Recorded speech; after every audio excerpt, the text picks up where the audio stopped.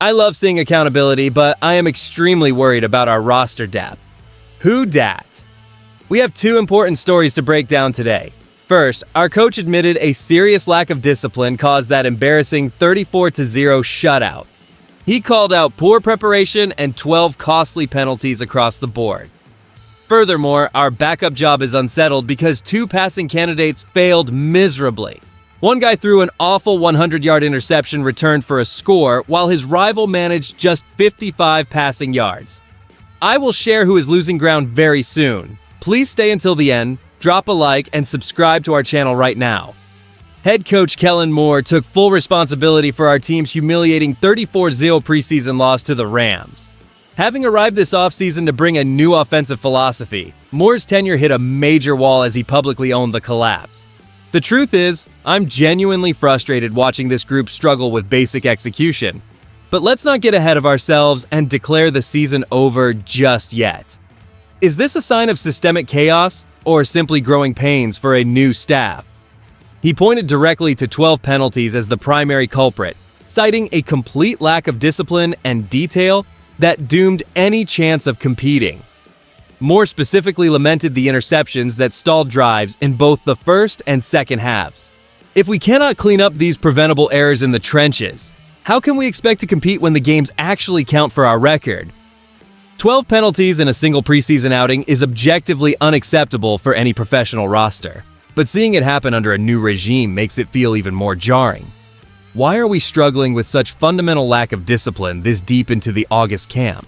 Honestly, my initial reaction is frustration because these self-inflicted mistakes against the Los Angeles Rams completely overshadowed any potential growth.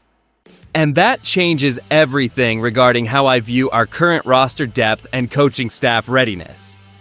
With turnovers stalling our momentum in both the first and second halves, we clearly failed to execute simple assignments under pressure. I am excited about the potential for change, but I also want to pump the brakes a little until we see cleaner tape. Can this group actually fix these sloppy habits before the regular season begins, or is this just who we are? Now let's get into the backup quarterback situation, because Zach Wilson and Spencer Rattler both threw interceptions during the New Orleans Saints preseason game against the Los Angeles Rams. This is where it gets real because neither arm looked like a reliable primary backup for Tyler's show. Wilson started and struggled to find rhythm, finishing with a measly 55 yards on 12 attempts. Then Rattler entered the fray and posted slightly better raw production, yet his lone mistake proved disastrous when a Rams safety returned his pass 100 yards for a touchdown. Are we genuinely comfortable heading into the season with such volatility behind center? I'm excited about their potential, but I also want to pump the brakes a little before we trust either one with a game on the line. Can they sharpen their decision-making, or is this depth chart fundamentally broken? Securing a dependable backup quarterback should be the priority, yet both Zach Wilson and Spencer Rattler are currently failing to provide any sense of security for our roster. While Wilson attempted to manage the offense, his minimal yardage output suggests a lack of chemistry with the depth chart. Rattler displayed a stronger arm, but that 100-yard interception return for a touchdown serves as a glaring warning about his current decision-making speed. And the more I look at this, the clearer it becomes that relying on either player if Tyler's show suffers an injury puts our entire season at risk. Are we ignoring the obvious red flags staring us in the face? My honest take here is that the coaching staff needs to prioritize ball security over raw physical talent during the remaining practices. Does this competition reveal a deeper issue, or is it just poor luck? When you put both of today's stories together, here's the picture that emerges for the New Orleans Saints.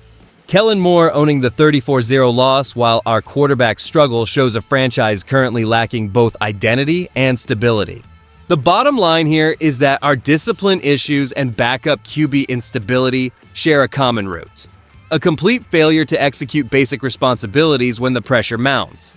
Are we watching a team destined for a long year? Or can these internal flaws be corrected before the opener? I genuinely want to hear from you in the comments below. Does the high volume of penalties worry you more than the turnover-prone quarterback play? Let me know your honest thoughts right now. If you enjoyed the video, do not forget to like it and subscribe to the channel. Who dat? I'll see you in the next one.